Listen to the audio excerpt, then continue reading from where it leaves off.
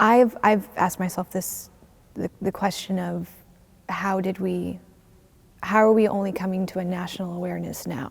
Like, why now? Given the TRC, but even before the TRC in the early 90s, the Royal Commission on Aboriginal Peoples, like, we've been talking about these issues for literally generations.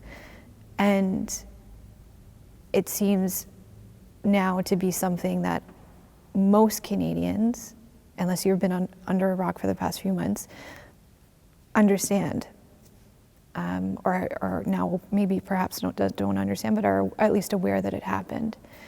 And I think it's may largely be because you have to have an interest in these things to begin with. So if you're not someone who's connected to Indigenous communities or involved in Indigenous initiatives or issues, even if it's tangentially, it's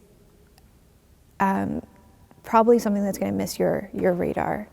I've been told especially in Toronto, by a number of even some of my closest friends who have said, "You're the only Indigenous person I know," right? And I think it also might be this perceived lack of Indigenous presence in the mainstream, so to speak, and sort of in the urban centers.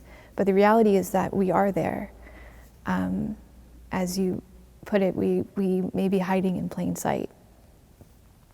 And so I think one of the, if you can put it this way, benefits that have come from this this unfolding of events in the past few months is that it has forced all of the country to confront this very dark history. And I know that for many that may be uncomfortable. Perhaps there's feelings of guilt. Perhaps there's just a paralysis and they don't know what to do.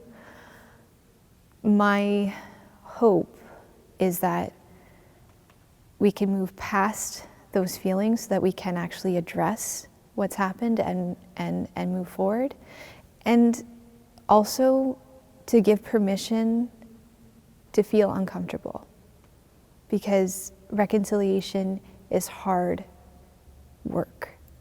And I think that if you're feeling uncomfortable about it, it's probably because we're doing it right, because it's going to force us to confront some things that we'd rather not confront.